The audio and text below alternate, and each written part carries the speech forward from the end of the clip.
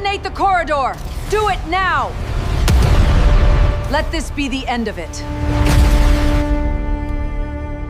The Kryx Dominion had a saying, old as their first starfaring war, and it was carved in gold-veined stone above the command deck of every capital ship in their armada.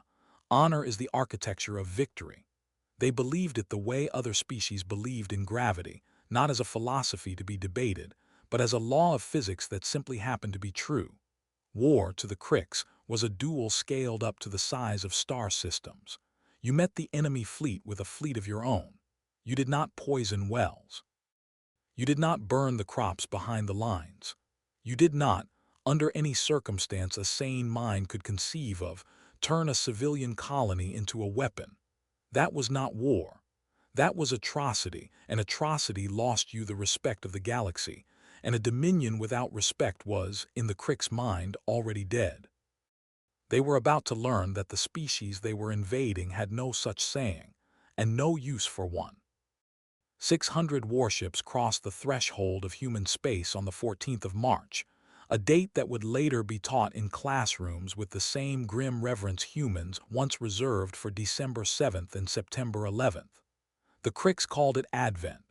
Humanity, in the crude, blunt force way humans named things, called it the Tuesday. 600 hulls of grown alloy and living crystal, arranged in a formation so mathematically perfect it looked, on sensor plots, like a flower made of knives. Against them stood a human defense fleet of 198 ships, the remnants of a navy that had spent the last 2 decades being told by its own government that peace dividends mattered more than dry docks, that the frontier could wait, that surely, nobody would be foolish enough to invade a species with nuclear weapons and absolutely nothing left to lose. Admiral Yelena Voss had been told, in the weeks before Advent, that she was being given command of the Sol Defense Fleet because she was the most qualified officer available. She knew the truth. She had been given command because she was the only flag officer left who had not resigned in protest when the Joint Chiefs approved contingency ashfall, and she had not resigned because she had written half of it herself. She stood on the flag bridge of the Cassandra Rays, an aging dreadnought held together by 3 refits and sheer institutional stubbornness, and watched the Kryx formation bloom across the main tank like a bruise spreading under skin. Her reflection ghosted across the tactical display, a gaunt woman in her 50s with silver-shot hair cropped close enough to disappear under a helmet, and eyes that had not slept properly in 9 days. "Confirm count," she said. 604 capital and escort hulls, Admiral, said her tactical officer, a young lieutenant commander named Priya Akonquohale, who had graduated the academy 18 months ago and would, before this war ended, bury more friends than she had years of service. Their lead elements are decelerating into Uit cloud transit, ETA to Sol defensive perimeter, 41 hours. 41 hours. Voss did the math she had already done 1,000 times in the planning cells beneath Geneva. 198 hulls against 604. 3-1, and that was before accounting for the fact that Kryx capital ships mounted point defense grids that could shred a human missile spread before it cleared 100 kilometers. That Kryx armor was self-healing crystalline lattice grown in orbital foundries the size of moons. That a single Kryx dreadnought carried more raw throw weight than an entire human battle squadron. On paper, this was not a war. It was an execution with a countdown clock. "Send the order," Voss said. "Ashfall is active. All fleet elements to rally Point Kilo. And Priya, get me a secure channel to Colony Director Amara on Meridian Station." Akonquohale's hands hesitated over the console for half a second, and in that half-second Voss saw the younger officer understand exactly what she was about to be ordered to help execute. Then the hesitation passed, because that was the thing about Priya, about all of them. They had signed up to fight a war, and nobody had promised them it would be a clean one. Meridian Station was a mining colony of 40,000 souls parked in the debris-rich asteroid belt at the mouth of the Kestrel Corridor, the single narrowest, most heavily gravitationally constrained approach vector into the Sol system's industrial heart. Every invasion planner in the Kryx Armada would look at that corridor and see the obvious choke point, the place a defending fleet would want to make its stand, and would therefore assume, because Kryx doctrine assumed honorable actors on both sides of a war, that the humans would either fortify it or abandon it. Voss intended to do neither. She intended to turn it into a grave. Director Amara's face appeared on the screen, drawn tight with the particular exhaustion of a man who had spent 3 weeks watching invasion fleet telemetry crawl closer to his home. "Admiral, please tell me you're calling with good news." "I'm calling with orders, Director. Full evacuation of Meridian Station begins now. You have 31 hours to get every civilian off that rock and into the transport convoy inbound from Ceres." 31 hours isn't enough to move 40,000 people, and I think you know that.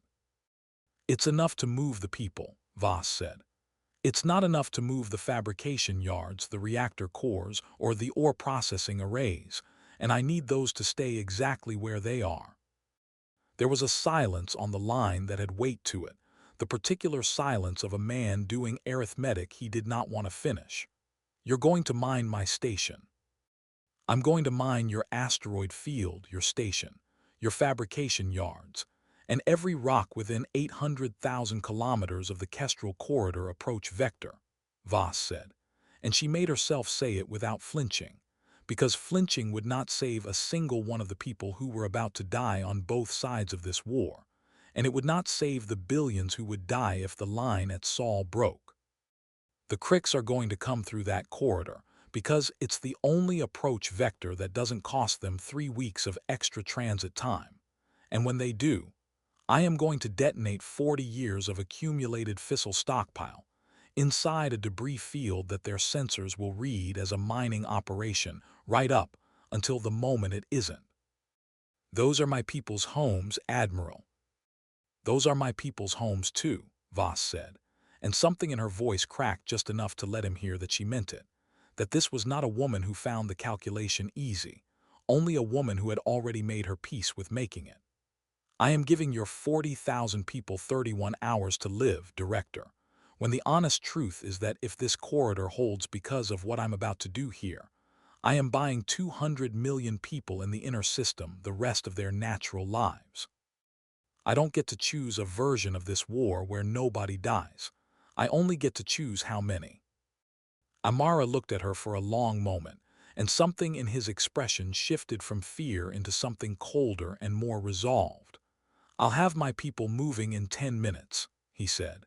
"Give my regards to whatever's left of the enemy fleet when they come through." The channel closed.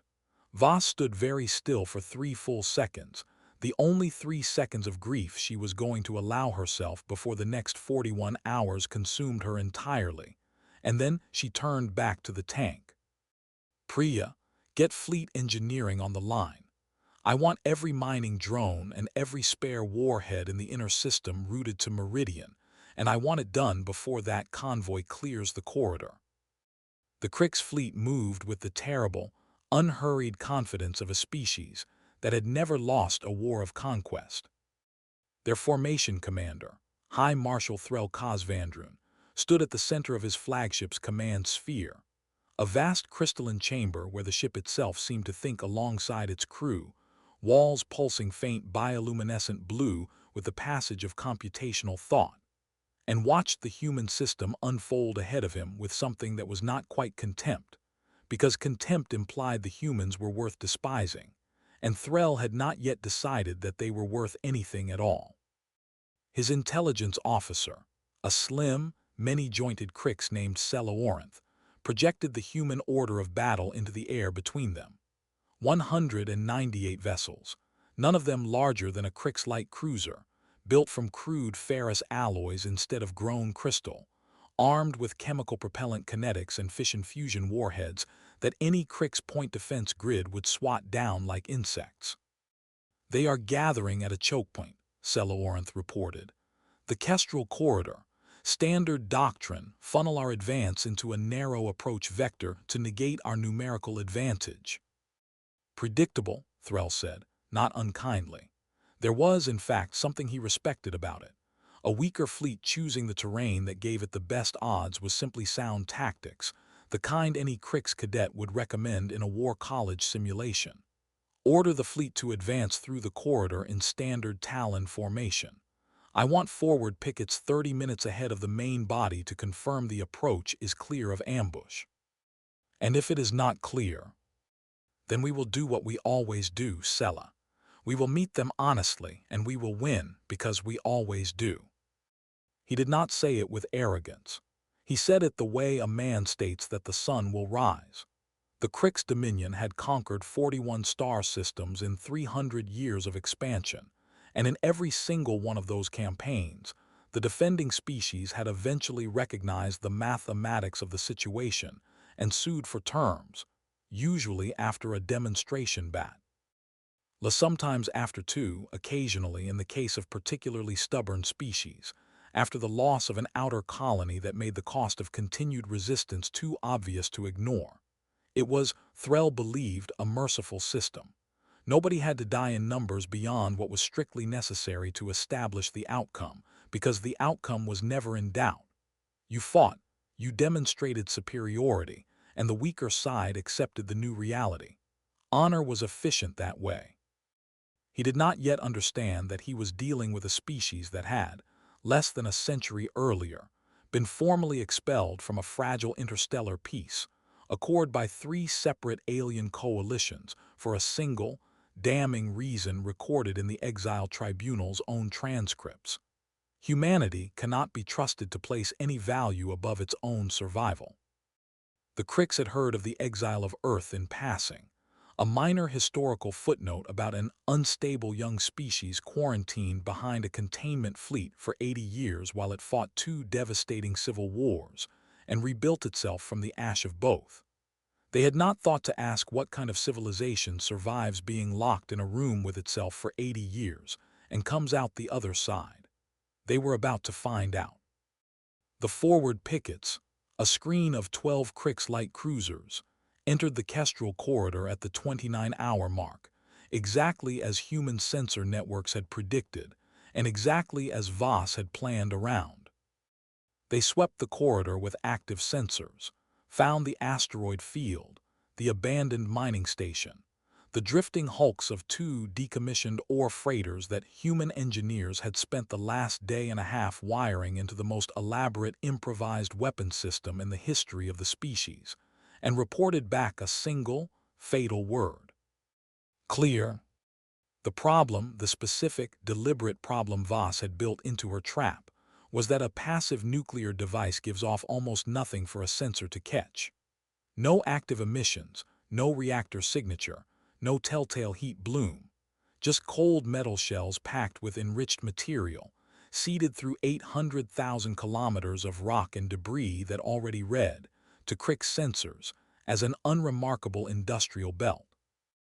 You could fly a survey ship through a minefield 1,000 times and find nothing wrong with it, right up until the moment something told the mines it was time to stop being quiet. That something was a coded burst transmission, and Voss gave the order to send it herself. The main Kryx battle line entered the corridor at the 31-hour mark. 480 ships in a formation so dense and so confident that from the Cassandra Ray's tactical plot, it looked like a solid wall of gold light sliding down a river of dark. Voss watched the range counter tick down with the flat, terrible patience of a woman who had done this math so many times that the number itself had stopped meaning anything except soon. Enemy main body at optimal detonation range, Okonkwo said, her voice carefully level. Admiral, I have to ask you to confirm the order. I confirm it, Voss said. Fire. 211 nuclear devices, disguised as mining charges, sunk into asteroids and derelict hulls across 800,000 kilometers of the Kestrel corridor, detonated within a 9-second window. There is no cinematic way to describe what a coordinated nuclear ambush does to 480 starships packed into a formation designed for a fleet engagement, not a minefield. There is only the accounting of it. Fireballs bloomed silent and vast against the black, expanding spheres of plasma that briefly outshone every star in the corridor. And where those spheres touched a Kryx hull, the crystalline armor that could shrug off conventional kinetics simply ceased to exist, boiled away in microseconds, taking the ship's living structure and everything inside it with it. Secondary detonations rippled outward as struck vessels' own reactors breached. Debris, hull fragments the size of city blocks, moving at velocities that turned them into kinetic weapons in their own right, tore through the formation's flanks, opening ships that had survived the initial blast wave like tin can struck by a hammer the size of a moon. 61 Kryx capital ships died in the first 9 seconds. 43 more were crippled, drifting, venting atmosphere and crew into vacuum, systems failing, unable to maneuver out of a debris field that was still expanding, still lethal, still full of secondary charges that had not yet found a target. On the flagship, Threl Cosvandrun felt the command sphere shudder under the shockwave of a nearby detonation and stared at a tactical display that no longer made sense to him, because the pattern in front of him, hidden weapons in civilian infrastructure, a trap sprung on a scale that killed indiscriminately, that made no distinction between combatant and derelict, that had clearly been planned with the specific intention of maximizing casualties rather than achieving a decisive but proportionate tactical result, did not correspond to any category of warfare in 300 years of Kryx military doctrine. That was a colony, Celorinth said, staring at the sensor return of what had, 90 minutes earlier, been Meridian Station. They mined their own colony. They evacuated it first, Threl said slowly, because some detached, still-functioning part of his mind had already pulled the transit records of the human convoy that had cleared the corridor 26 hours earlier. They emptied it, and then they used it as a weapon. He did not have a word in Kryx military vocabulary for what he was feeling. It was not fear, not yet. It was something closer to vertigo, the sensation of a man who has spent his entire life playing a game by a fixed and mutually understood set of rules, discovering in the middle of a match that his opponent has never once been playing by those rules, has in fact never even acknowledged that the rules exist. "Regroup the fleet," he said. "Full defensive posture. I want a casualty count, and I want to know how many active weapons remain in that debris field before we move another ship." It took the Kryx 4 hours to extract the survivors of the main body from the Kestrel corridor. They left behind 61 destroyed capital ships and their crews, and they carried with them something far more corrosive than a battle loss. The first, dawning understanding that they were not fighting a war against a weaker fleet. They were fighting a war against a species that had already decided, before the first shot was fired, exactly how much it was willing to burn to survive. Voss did not celebrate. There was no room for it, no time, and honestly no desire. She had watched the live feed from the corridor with the same flat, controlled expression she'd worn giving the order. And when Alconquohale turned to her afterward, eyes bright with the particular manic relief of a young officer who has just witnessed impossible odds bend in her favor, Voss simply said, "Get me the after-action numbers, and get engineering working on the mobile mine caches for the second line. They'll adapt. We need to be 3 moves ahead of the adaptation, not 1. The Kryx did adapt, and quickly. That was the thing about them that made this war genuinely dangerous rather than a foregone conclusion in humanity's favor. They were not fools. Within 72 hours, Kryx forward elements had begun sweeping every approach corridor with dedicated minesweeper drones before committing capital ships, slowing their advance considerably, but denying humanity a second Kestrel-scale ambush. Within 2 weeks, Kryx point defense doctrine had been rewritten fleet-wide to account for debris field kinetic threats. Within a month, the Dominion had brought forward its second and third invasion waves, replacing the 61 lost capital ships with 140 fresh hulls from the core systems. Because the Kryx Dominion, whatever its flaws, did not lack for industrial capacity, and a species with 400 years of uncontested galactic expansion behind it did not blink at the cost of replacing 61 ships. This was the shape the war would take for the next 14 months. Not a single decisive battle, but a long, grinding, mutually bleeding campaign of ambush, counter-ambush, feint, and attrition, fought across a dozen systems and 100 million kilometers of contested space, in which humanity's outdated, outnumbered fleet survived not through any single brilliant stroke, but through a relentless, almost mechanical willingness to do the mathematically brutal thing at every single decision point, over and over, for as long as it took. At the Battle of the Drago Belt, 6 weeks after Kestrel, Rear Admiral Marcus Iwalu, commanding the human Third Fleet with orders from Voss that could be summarized as hold or die trying, and if you're going to die, take as much of them with you as you can, found himself facing a Kryx flanking force of 90 ships with only 31 human vessels remaining under his command, most of them already damaged from 2 previous engagements. The math did not permit a conventional defense. Iwalu made a decision that would later be studied at every human war college, and, more quietly, at Kryx war colleges as an object lesson in a mindset they still could not fully process. He ordered 11 of his most critically damaged ships, vessels with failing reactors, breached hulls, crews already reduced by battle casualties to skeleton complements, to be stripped of every crew member who could survive evacuation, loaded with their remaining reactor mass and every scrap of ordnance still functional, and accelerated on collision courses into the heart of the Kryx formation at 90% of their maximum thrust. The Kryx had never fought an enemy willing to convert its own crippled warships into unguided kinetic missiles. Their point defense doctrine was built to intercept incoming projectiles and small craft.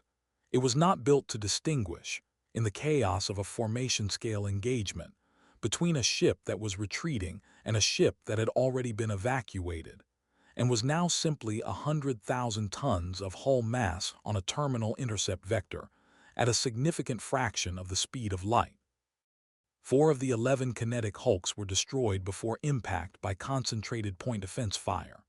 7 were not, and when 7 derelict human warships struck the Kryx formation at combat velocity, the resulting devastation, armor-piercing mass collision damage, combined with the secondary detonation of whatever ordnance those hulks still carried, tore the heart out of the Kryx flanking force. 38 Kryx ships were destroyed or crippled beyond combat effectiveness. Iwalu's remaining 20 human vessels, badly outnumbered only minutes earlier, pressed the advantage and broke what was left of the formation, forcing a Kryx withdrawal from the Drago Belt entirely. Human losses at Drago: 11 ships deliberately sacrificed, 4 more lost in the subsequent engagement, total human dead: 2,140, most of them already dying of their wounds before the final order was given, evacuated in the last possible minutes to transports that themselves came under fire during the withdrawal. Kryx losses at Drago: 38 ships, approximately 11,000 dead. The kill ratio favored humanity, as it would favor humanity in engagement after engagement across the following year, not because human ships were better. They were not even close, but because Admiral Voss had built a doctrine around a single, ruthless premise that she had articulated to her senior staff in the planning cells beneath Geneva, months before the first shot was fired. We cannot win a war of attrition by trading evenly.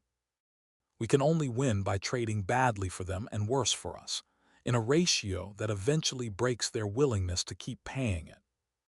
It was a doctrine that cost human lives at a rate that would have been politically unsurvivable in peacetime, that generated a steady, grinding casualty toll no propaganda office could fully soften, that turned every human warship crew into people who understood, with a clarity that changed something fundamental in how they carried themselves, that their vessel might at any moment become a weapon rather than a home. And it worked because the alternative, a conventional war of attrition against a numerically and technologically superior enemy, did not work at all. It simply delayed the inevitable and killed more people doing it. The months between Drago and the opening of Operation Long Knife were, in the private accounting of every officer who survived them, the worst of the war, not because they contained a single battle as dramatic as Kestrel or as costly as Drago, but because they contained 41 separate engagements of grinding, unglamorous attrition, fought across a slowly contracting perimeter as the Kryx probed for weaknesses, and the human fleet bled, retreated, dug in, and bled again. This was the war as it actually was, for the men and women living inside it. Not a montage of decisive strokes, but months of recycled air that tasted of ozone and unwashed bodies, of ration packs eaten cold at battle stations because the galley crews were needed on damage control, of sleep taken in 20-minute increments strapped into an acceleration couch because the ship might need to maneuver at any moment, and a body thrown across a compartment by unexpected thrust was a body pulled off the duty roster. Aboard the light cruiser Amara Osai, one of 43 vessels holding the contracting line at what crews had started calling the Ashfall Perimeter, a 19-year-old damage control technician named Rafael Bautista spent the better part of 6 weeks learning the specific, personal geography of a dying ship. He learned which frames groaned before a bulkhead gave way and which failed without warning. He learned that a hull breach in vacuum did not scream. The way it did in every film he'd watched growing up, it hissed, a short, ugly exhalation, and then it was simply silent, and the silence was worse. He learned to recognize, by smell alone, the difference between an electrical fire and a coolant fire, because the extinguishing procedure was different, and getting it wrong cost seconds his crew did not have. He watched 2 of his squad mates die in the same 11-minute span during an engagement at a debris field, the tactical maps labeled only as Sector 9 Delta, one from decompression when a Kryx point defense round found a seam in a patched hull plate, the other from radiation exposure after a reactor containment breach that the ship's chief engineer sealed with her own body wedged against a failing valve for 4 minutes before the backup containment field engaged, 4 minutes that cost the engineer her legs and, 11 days later, her life, and saved the Amara Osai and the 311 souls still aboard her. This was the reality Voss's doctrine demanded, and the reality her doctrine, however brutal its logic, could never fully account for in a tactical plot. The grinding, individual cost of holding a line built on the premise that the line would be held at any price. Fleet medical logs from the Ashfall Perimeter campaign would later record 22,000 combat casualties across those 6 weeks alone, against a Kryx force that never once committed more than a third of its available strength. Content to probe, withdraw, resupply, and probe again. A patient war of erosion that Kryx doctrine assumed would eventually exhaust a defender's will to continue. It very nearly worked. 3 separate times during those 6 weeks, human commanders on the perimeter requested authorization to fall back to a more defensible line closer to the inner system, arguing, correctly, by any conventional military calculus, that the outer perimeter was no longer holdable without unacceptable losses. 3 times, Voss refused the request, not because she disagreed with the tactical assessment, but because she understood something her subordinate commanders, exhausted and grieving, could not yet see from inside the grinding day-to-day of the fight. That every kilometer the Kryx were forced to contest at the outer perimeter was a kilometer of supply line stretched thinner, a delay that gave Long Knife's raiders more time to find and cripple the transit hubs feeding the Dominion's advance, a cost imposed on an enemy who could not yet see the shape of the trap being built behind his own lines. "I know what I'm asking these crews to hold," she told her chief of staff, a grim, taciturn officer named Rear Admiral Chen Baptiste, during one of the few private conversations she permitted herself in those months. I read the casualty reports every night before I sleep, Chen. Every name. I am not asking anyone to bleed for a line I don't believe is worth the blood. Do the crews know that, Admiral? Some of them do. Most of them just know they're bleeding, and that's the part I can't fix from here. All I can do is make sure it isn't for nothing. It was not for nothing, though it would take the collapsing Kryx supply reports of the following spring for the wider fleet to understand why the Ashfall perimeter had held. By the time Long Knife's raiders struck the Second Dominion transit hub, a fortified but still underdefended logistics complex the Kryx called the Threlvan Way Station, garrisoned by escorts that had been steadily thinned to reinforce the front. The outer perimeter's stubborn, costly resistance had bought exactly the delay Voss's staff needed. The raid on Threlvan destroyed 40% of the Dominion's forward ordnance reserves in a single coordinated strike, a loss that took the Kryx Logistics Command 3 months to even partially replace, and every one of those 3 months was a month in which the frontline Kryx squadrons facing the Ashfall perimeter found themselves rationing torpedo loadouts and delaying planned offensives, buying the exhausted, bled-white human perimeter fleet the one thing it needed more than reinforcements. Time to recover. Voss slept, when she slept, in a fold-down berth off the flag bridge, 3 meters from the tactical plot, because the war did not observe convenient administrative hours, and neither could she. She had a photograph, an actual physical photograph, an anachronism she had carried through 2 decades of service, of her brother's family, taken on a beach on the Mediterranean coast 11 years earlier, 3 children squinting into the sun, and she kept it in the breast pocket of her uniform not because she needed reminding of what she was fighting for, but because she needed, every so often in the space of a few private seconds, to remember that the numbers on her tactical plots were not actually numbers. She had made peace, as much peace as anyone in her position could make, with the fact that she would be remembered, if humanity survived long enough for anyone to remember anything, as either the admiral who saved the species or the admiral who proved every accusation the old Exiled tribunal had made about humanity's essential nature. She suspected, with the same clear-eyed pragmatism she brought to every tactical decision, that she would probably be remembered as both, and that both would be true. The war's second phase began roughly 5 months into the invasion, when Voss's intelligence staff, led by a former corporate logistics analyst turned naval officer named Commander Dietrich Osei, who had the peculiar, valuable gift of understanding warfare as a supply chain problem, rather than a series of battles, presented her with an assessment that would reshape the entire human strategy. Kryx aren't vulnerable at the front, Admiral, Osei said, standing in front of a display that mapped the entire Dominion logistics network stretching back from the Sol front through 11 jump systems to the Kryx core worlds. They're vulnerable at the back.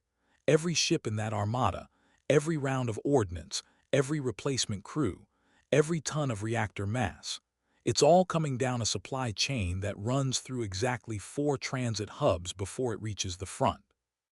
Kryx logistics doctrine assumes uncontested rear areas, because in 300 years of conquest, nobody's ever had the reach or the willingness to strike behind their front lines. Their supply convoys are lightly escorted.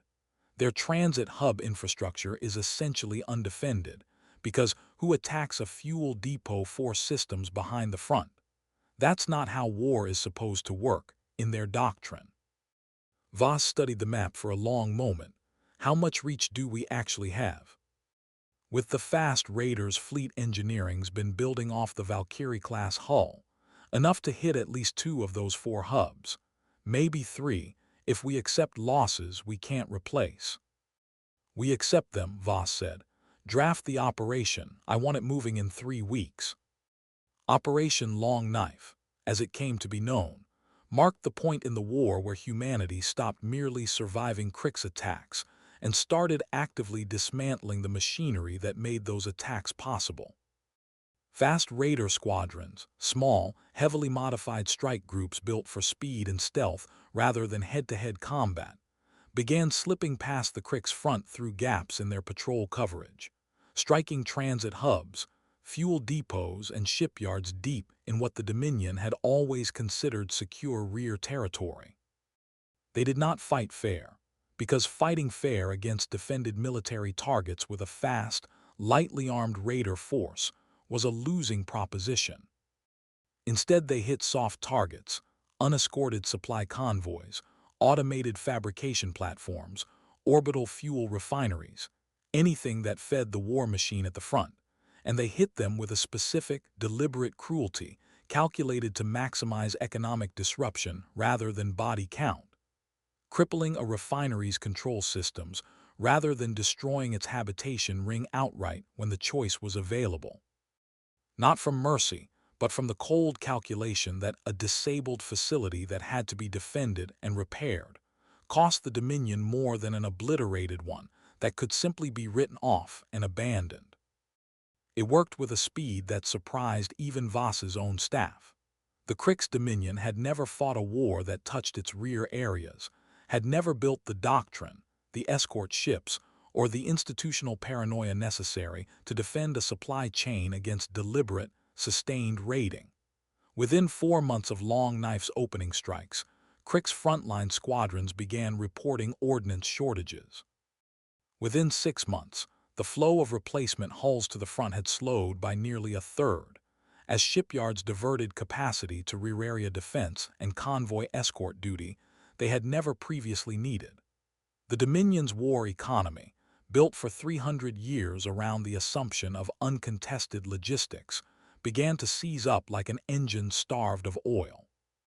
High Marshal Threl Kazvandrun watched this unfold from the front with a growing, cold dread that had nothing to do with any single battle. He had, by this point in the war, personally overseen the destruction of 43 human vessels in direct combat, had won 3 tactical engagements that any Kryx War College would have called decisive, and understood, with a clarity that curdled in his chest every time he reviewed the fleet logistics reports, that none of it mattered because the humans were not fighting the war he thought he was fighting. They were not trying to win battles. They were trying to make the war itself too expensive to continue, and they were willing to pay in blood and hulls, and he had confirmed this personally, reviewing intercepted human communications in entire evacuated colonies, at a rate that no Kryx cost-benefit calculation could match, because the calculation on the human side did not appear to include a limit. "Sella," he said, during a private briefing 8 months into the campaign, "what is the human casualty total to date?" Military dead, confirmed, approximately 190,000. Civilian dead from evacuated colonies used in defensive operations, at least 60,000, likely higher given incomplete records from 3 additional systems. And ours. Confirmed military dead, 41,000, but High Marshal, our replacement rate has fallen to 60% of losses, and it is still falling. Theirs, according to intelligence, has actually increased. They have moved civilian shipyards to military production faster than we believed possible. Threl stood in silence for a long moment, looking at a star map that 8 months ago had SH.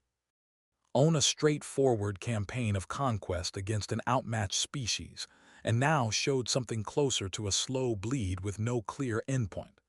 "They are losing more people than we are," he said slowly, "and they are not slowing down." "No, High Marshal. That is not a species fighting to survive," Threl said. "A species fighting to survive negotiates when the cost becomes too high. That is a species that has already decided the cost does not matter."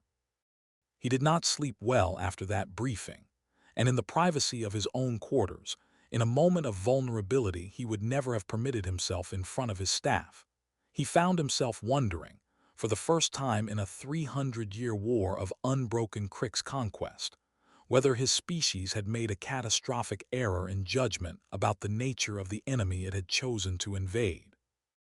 The war's turning point, the engagement that would eventually be called the Battle of the Kepler Gate, though at the time it was simply one more grinding, brutal fleet action in a campaign that had produced dozens of them, came 14 months into the invasion, at a chokepoint system deep inside what had, by that point, become heavily contested space, as the Kryx Dominion committed a consolidated strike fleet of 290 ships in an attempt to force a decisive breakthrough toward Sol itself, gambling that a single overwhelming concentration of force would finally overcome humanity's willingness to keep bleeding.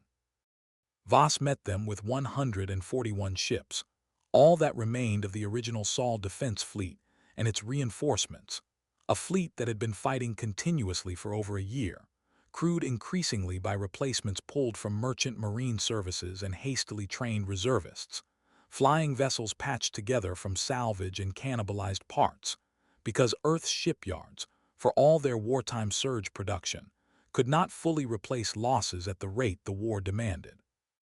It should not have been a fair fight, and in the conventional sense, it was not.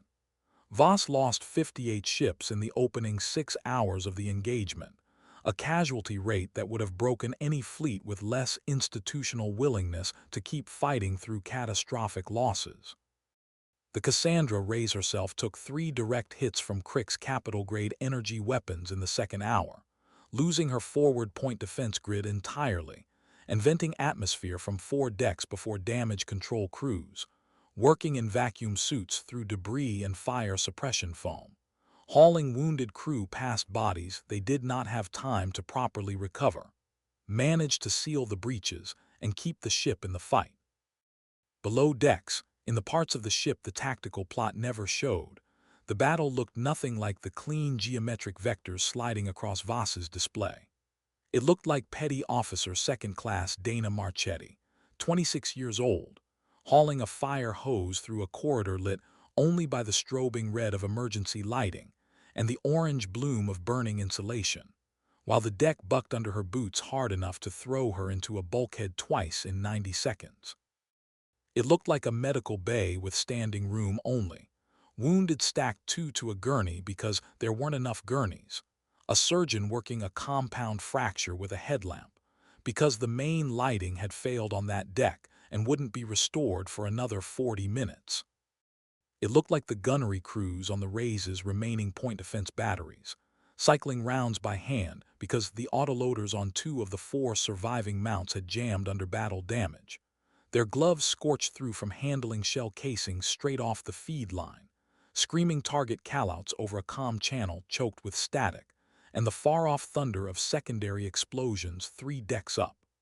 Nobody aboard the Cassandra Rays that day experienced the battle as a battle. They experienced it as an unbroken, hours-long emergency in which the only thing that mattered was the next 30 seconds, and then the 30 seconds after that, for 6 hours, with no promise that any given 30 seconds wouldn't be the one where the ship finally came apart around them. Elsewhere in the formation, the destroyer Killenzo took a hit amidships that sheared away her entire aft third, engines and all, and her forward 2/3 kept fighting for another 11 minutes on stored power and momentum alone before a second strike finished what the first had started. And in those 11 minutes, her surviving gun crews put 3 separate torpedo spreads into a Kryx escort cruiser that would otherwise have reinforced the flank pressing against Rear Admiral Iwalu's battered wing. The frigate Song Yunjai took no direct hits at all and lost 40% of her crew anyway, when a Kryx energy lance grazed close enough to induce a cascading power failure that vented her secondary reactor's coolant loop into 3 crew compartments. The space of 4 seconds, there was no fire, no explosion, nothing dramatic enough to register on a distant sensor plot, only silence, and a damage control team that opened the compartment hatches 40 minutes later to find nothing left to save. Voss took a shrapnel wound to her left shoulder during the second hit, a jagged piece of bulkhead that punched through her flag chair's armor plating and opened a gash that soaked through her uniform before a medic reached her. She refused evacuation to the medical deck, had the wound field dressed at her station, and kept issuing orders with blood drying down her sleeve, because a fleet commander who left the bridge in the middle of the decisive engagement of the war was a fleet commander who did not understand what her presence meant to the crews watching her feed on every ship in the formation. But the human fleet held, because Voss had spent 14 months building a doctrine that did not depend on holding evenly. It depended on making every Kryx advance catastrophically expensive, and by the fourth hour of the engagement, the accumulated cost was becoming visible even through the chaos of the battle. The engagement did not proceed as a single continuous action, so much as a series of grinding, overlapping crises that Voss and her staff had to triage in real time, each demanding a decision made with incomplete information and no time to second-guess it. In the second hour, the human left flank under Commodore Anya Restrepo began to buckle under concentrated Kryx fire. 3 ships lost in as many minutes, and Voss made the call to strip escorts from her own center to shore up the collapsing wing, a decision that thinned her own defenses at exactly the moment a fresh Kryx squadron pressed the gap, a gamble that held only because Restrepo's remaining ships, reinforced just in time, managed to blunt the flanking attempt long enough for the center to absorb the pressure. In the third hour, damage control reports from a dozen ships simultaneously demanded decisions no admiral should have had to make in the space of seconds. Whether to divert a badly needed repair tender to save a crippled cruiser with 200 crew still aboard, or hold it in reserve for a ship not yet hit but certain to be. Whether to order a wounded destroyer to fall back for repairs, opening a gap in the line, or keep her in position, and accept that she would likely not survive the hour. Voss made those calls one after another, hour after hour, in a voice that her staff would later say never once cracked, though more than one of them noticed, in the rare quiet seconds between crises, the way her uninjured hand gripped the edge of the command console hard enough to whiten the knuckles. By the fourth hour, the human line had been forced back nearly 200,000 kilometers from its original defensive position, a slow, grinding retreat fought a few thousand kilometers at a time, every withdrawal covered by rearguard elements that took losses disproportionate to the ground they bought, and every one of those rearguard actions bleeding the pursuing Kryx squadrons in turn, because a fleet retreating in good order and turning to fight at every defensible interval is, in its own grim way, one of the most expensive things an attacking force can be made to chase. It was in the middle of this fighting retreat that the accumulated damage to the Kryx formation, the lost ordnance tenders, the mines beneath the flanking force, the wreckage of the Ansel Adebyo torn through their escort screen, began to compound into something the Kryx themselves could see forming on their own tactical plots. Not a battle they were losing outright, but a battle whose cost was rising faster than the ground they were gaining could justify. Human fast raiders, held in reserve specifically for this engagement, struck the Kryx formation's rear logistics train, the ammunition resupply and repair tenders following behind the main battle line, destroying them and stranding the frontline Kryx warships without the ordnance replenishment their doctrine assumed would be available. Prepositioned mine fields, seeded through the system's asteroid debris weeks in advance using lessons learned at Kestrel, detonated beneath a second Kryx flanking force attempting to envelop the human formation, costing them 19 ships in a single coordinated strike. And in the engagement's most brutal single act, Voss ordered the deliberate ramming of the crippled dreadnought Ansel Adebyo, already dead in space, reactor breached, unable to be saved, directly into the Kryx flagship's escort screen, opening a gap in their formation that a human strike wing exploited to land a torpedo spread directly against the flagship's unshielded engineering section. The Kryx flagship did not die, but it was crippled, venting plasma from a ruptured reactor conduit, its command sphere partially collapsed, and High Marshal Threl Kaz found HIMS. LF standing in a chamber filling with emergency foam and the screaming of wounded crew, staring at a tactical plot that showed his consolidated strike fleet, the largest single Kryx force committed to the entire war, bleeding out at a rate that, projected forward another 6 hours, would leave him with fewer than 100 combat-effective ships against a human fleet that, despite everything, despite 58 losses and a fleet commander bleeding at her station, was still fighting, still coordinated, still executing a doctrine that seemed to have no lower bound on the cost it was willing to accept. Casualties, Threll said, his voice raw.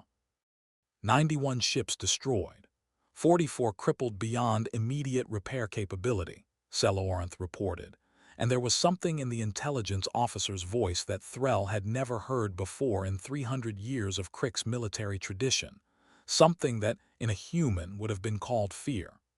High Marshal, at current attrition rates, if we press the engagement to its conclusion, we may destroy the remaining human fleet.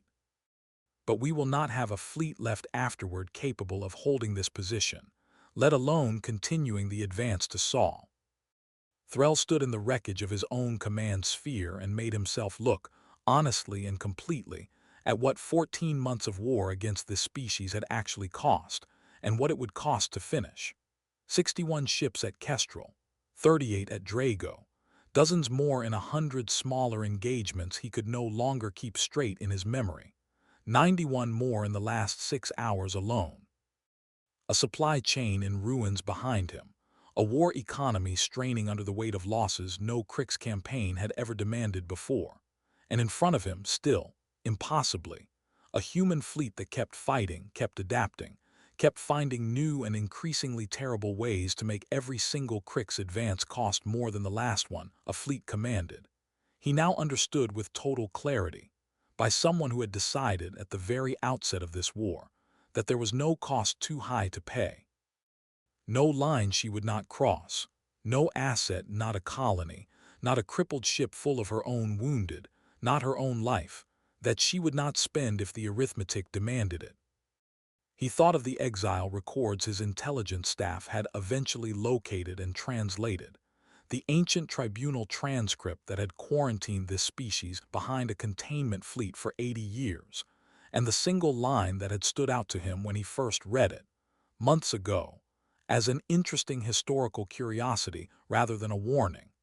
Humanity cannot be trusted to place any value above its own survival. He understood it now.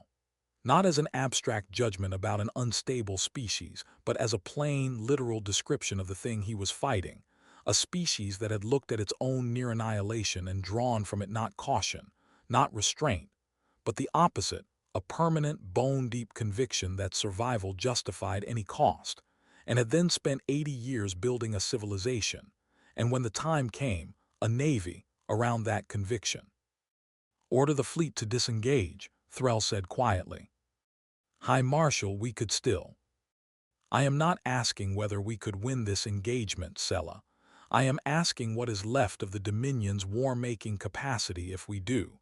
Order the disengagement. Full withdrawal to the second logistics hub. I need to speak with the Grand Council." The withdrawal from the Kepler Gate marked the effective end of major Kryx offensive operations, though it would be another 2 months before the political machinery of the Dominion caught up with the military reality that Threll Cosvandrun had understood in the wreckage of his own flagship. The Grand Council, when he addressed them via delayed transmission from the front, did not want to hear that a numerically inferior human fleet had fought a superior Kryx force to a strategic standstill. They wanted a plan for victory. Threll gave them, instead, an honest accounting. The Dominion had committed close to 450 ships to this campaign across 14 months and had lost more than half of them, against a human fleet that, despite losing an even higher proportion of its own numerically smaller force, kept generating replacement hulls, kept finding new tactics, and showed no sign, none, in 14 months of continuous, brutal warfare, of approaching any point at which it would consider the cost of continued resistance too high to bear. "They are not fighting like a species that expects to lose," he told the Council, "and they are not fighting like a species that fears death, not their own. And this is the part I need the Council to understand, not the deaths of their own civilians, when the tactical calculation demands it. I have fought this war honorably by Dominion standards for 14 months, and I have watched my honorable tactics be exploited, again and again, by an enemy. That has no equivalent concept, because to them, honor is a luxury a besieged species cannot afford. If we commit the reserve fleet, another 300 ships, the last uncommitted strategic reserve of the entire Dominion, I believe we can still take Saul. I do not believe we can hold it afterward, because I do not believe this species will ever stop trying to take it back, by any means available to them, for as long as a single human draws breath. And I do not believe, counselors, that the Dominion has the stomach to fight that war indefinitely, because I no longer believe it has an ending we would recognize as victory. There was a long silence on the transmission delay before the eldest council member, a matriarch named Vesica Zorlund, who had presided over the annexation of 11 star systems in her 300-year career, asked the question that would ultimately end the war. What are you recommending, High Marshal? I am recommending we ask them what they want, Threll said, before they decide on their own what they are willing to take. The surrender negotiations, though Threll insisted, correctly, that they be termed an armistice rather than a surrender, since the Kryx fleet had not been destroyed and technically still held a numerical advantage in the theater, took place aboard a neutral transport vessel positioned at the edge of the Kepler system, 6 weeks after the battle that had broken the back of the Dominion's offensive. Admiral Voss arrived with her arm still in a sling, the shrapnel wound from Kepler having required 2 surgeries, and a recovery she had mostly ignored in favor of continuing to run the war from a hospital bed until her doctors physically confined her. She wore her dress uniform, the only clean one she owned, and she looked, Threll thought when he first saw her across the negotiation table, exactly like what she was. A woman who had spent 14 months doing arithmetic that would have broken almost anyone else, and who had not once let it show on her face where her crews could see it. High Marshal, she said, through the translation implant threaded into her ear, I understand you want to talk about terms. I want to understand something first, Admiral, if you will permit me, Threll said. Before we discuss terms, I have fought wars for 300 years. I have never fought one like this. I need to understand what I was fighting because I do not think I understood it going in, and I believe that failure of understanding cost lives on both sides that did not need to be spent. Voss regarded him for a long moment, and something in her expression, not quite warmth, but a kind of tired, honest recognition shifted. Ask your question. Kestrel, Threll said. The colony. You evacuated it and then destroyed it, along with 61 of my ships and every crew member aboard them in a single coordinated act. I have read the Dominion's records of your species' exile 80 years ago.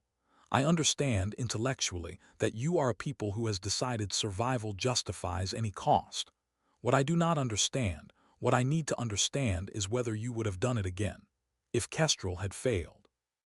If the war had gone worse for you, would you have kept paying that cost indefinitely for as long as it took? Voss did not answer immediately. She looked down at her hands, at the faint scar already forming where the shrapnel had opened her shoulder, and when she looked back up, her voice was quiet and entirely without theater. High Marshal, 80 years ago, 3 species looked at what humanity was willing to do to survive its own civil wars, and they decided we were too dangerous to be allowed to participate in galactic civilization. They were not wrong. We spent 80 years behind a containment fleet asking ourselves whether they'd been right to fear us, and mostly, we decided they had been.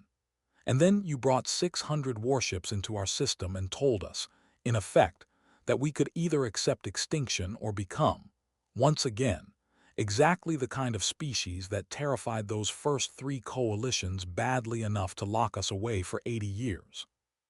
She leaned forward slightly, and Threll found himself, despite 300 years of Kryx military tradition, unable to hold her gaze without an instinct he did not have a word for.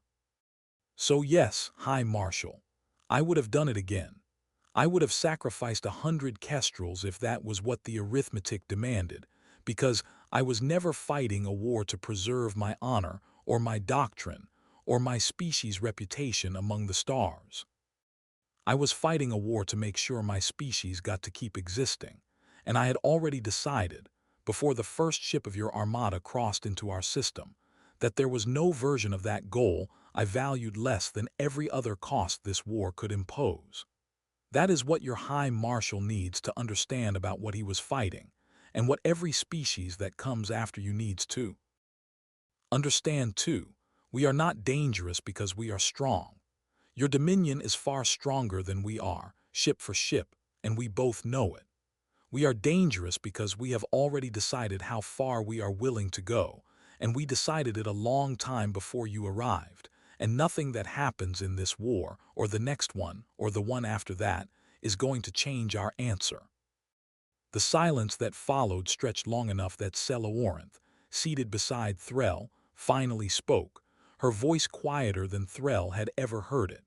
High Marshal, I recommend we conclude the armistice on the most favorable terms this council can accept. I do not believe the Dominion should test how far this species is willing to go a second time. Threll looked at Voss for a long moment. At the sling on her arm, the exhaustion carved into every line of her face, the flat, unblinking honesty of a woman who had just told him, without a trace of shame, that she would burn 100 worlds if the mathematics required it, and understood with the particular clarity that comes only at the end of a long and costly mistake, that he was not negotiating an armistice with a defeated enemy. He was negotiating a withdrawal from a species that had never, for one moment of this war, been fighting to avoid losing. They had been fighting, from the very first detonation in the Kestrel corridor, with the terrifying, unshakable certainty of a people who had already decided they could not lose, because losing was simply not an outcome their doctrine permitted them to consider. I will recommend full withdrawal to the Council, Threll said quietly. And I will recommend, High Marshal to High Marshal, that no Dominion fleet cross into human space again, for as long as I have breath to give that recommendation. Not because I believe we could not eventually destroy your fleet, Admiral. I believe, given enough time and enough ships, that we could. I am recommending against it because I have come to believe there is no version of that victory that would actually end this war. Only versions where we discover, at ever greater cost, exactly how far a species is willing to go when it has already decided that far enough is a line that does not exist. Voss extended her uninjured hand across the table, and after a moment's hesitation, the small, human gesture unfamiliar to 300 years of Kryx protocol, Threll took it. For what it's worth, High Marshal, she said, I hope we never have to prove you right. So do I, Admiral, Threll said, so do I. Threll released her hand, and for a long moment neither of them spoke, the silence in the chamber heavier than any silence 300 years of Kryx diplomatic protocol had prepared him to sit inside. Somewhere behind him, Celeorinth was already drafting the withdrawal orders that would, within the month, pull every Kryx warship back across the frontier, and within the year, see the Grand Council quietly authorize a new class of long-range survey vessel whose sole purpose was to keep watch on human space from a very great distance, and never, under any circumstance, to approach it again without an escort large enough to guarantee it would never have to test what he had just spent 14 months learning firsthand. There is one more thing I would ask of you, Admiral, Threll said finally, though I do not expect an honest answer, and I will understand if you decline to give one. Ask it anyway. If we had not withdrawn, if I had pressed the engagement to its conclusion at Kepler and destroyed what remained of your fleet, would you have surrendered Sol itself in the end? Or would there have been another Kestrel waiting for us, somewhere between here and your homeworld, every step of the way? Voss considered the question with the same unhurried honesty she had given every other one, and when she answered, her voice carried no bravado, no theater, only the flat certainty of a woman who had done this arithmetic long before the first Kryx ship crossed the frontier. High Marshal, my planners built contingencies past Sol, past the moon. There is a version of this war, one we hoped never to need, where the last human fleet action in this system would have been fought in Earth's own upper atmosphere, with civilian orbital infrastructure wired the same way Meridian Station was wired, and every ship I have left crewed by volunteers who already understood they would not be coming home. We did not build that plan because we wanted to use it. We built it because we needed to know ourselves exactly how far we were prepared to go before anyone asked us to prove it. I am glad, more than I can tell you, that we never had to find out whether the answer was really as far as the plan said. But I will not lie to you and tell you the plan did not exist. Threll said nothing for a long moment. Then he inclined his head, the closest thing to a bow 300 years of Kryx military bearing would permit him in the PR. Essence of an enemy he had, somewhere in the last 14 months, come to regard with something uncomfortably close to respect. Then I am glad of it too, Admiral, for both our species. Outside the negotiation chamber in the black between the stars, the wreckage of 14 months of war drifted in slow, silent orbits, human hulls and Kryx hulls alike, tangled together in the debris fields of a dozen systems, monuments to a war that had been won not by the side with more ships or better weapons or greater honor, but by the side that had understood from the very first shot exactly what it was willing to lose, and had never once, in 14 brutal months, flinched from paying it. Humanity had been exiled 80 years earlier for being unstable, too willing, in the Tribunal's own words, to place its own survival above every other value the galaxy held sacred. They returned to the stars having proven, in the bloodiest and most convincing way possible, that the Tribunal had been entirely correct, and that in a galaxy that had grown comfortable with wars fought by rules and honor and mutually agreed limits, a species with no limits at all was not merely a threat. It was, when the stakes were high enough, the only kind of power left standing.